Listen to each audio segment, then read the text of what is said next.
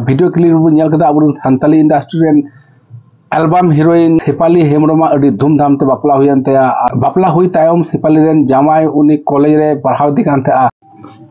और शेफाली हेम्ब्रम कॉलेज रे पढ़ा तुरुई ओडे मिटन कुड़ा हते दुलर हुई कान तया और शेफाली हेम्ब्रम आयरन जामाई बाई कुसियाय कना उना निये बिचार को दुरुब लेदा और बिचार को कुली की दिया। अच्छा बहु से बिटी जहां नुई बाबू गिद्रे लई किदा उना दो सरी से खली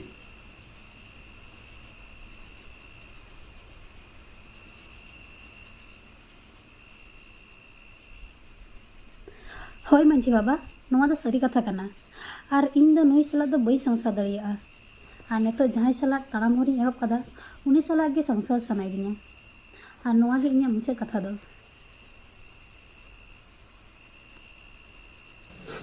शेफाली हेम्ब्रम रेन मिटन हुडी हुडी मई बिटी तहे कना उनी मई बिटी को कुली के दिया आम तो गोबो से हम तहना से बाबा से हम तहना और उनी कुली दे ले किदा है। अच्छा बिटी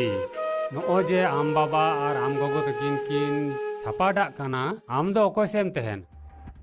इन दो बाबा सान तहना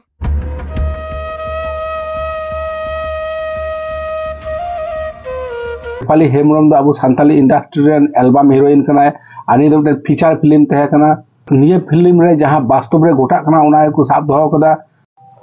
और वास्तव रे नियो नेलो कना जे कुड़ी गिद्रे जामाई